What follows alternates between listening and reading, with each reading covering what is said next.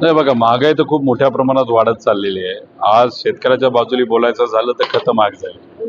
जर एखादा मल्चिंगचा कागद घ्यायचं झालं तर प्लास्टिक महाग झालंय.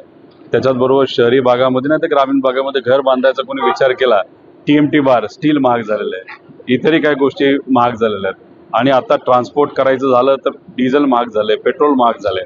त्यामुळे पेंट पासून सगळ्याच गोष्टी खरं तर महाग होत चालल्या आहेत. त्याचं मुख्य कारण असं आहे की जेव्हा आपण राज्य चालवतो नाही तर देश चालवतो, तेव्हा आपण इतर देशांबरोबर आपलं नातं कसं ठेवतो, कशा पद्धतीने त्यांच्याबरोबर वागतो, त्यांना मदत करतो नाही करत.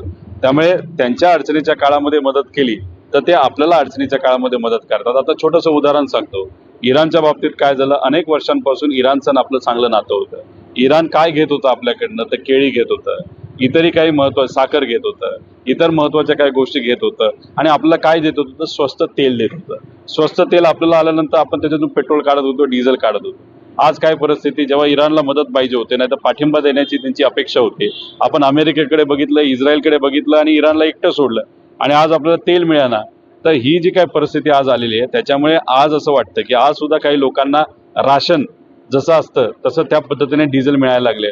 उद्या जाऊन पुढच्या 15-20 दिवसामध्ये डिझेल आणि पेट्रोलच नाही मिळालं तर मग भडका होणार आहे खूप मोठा.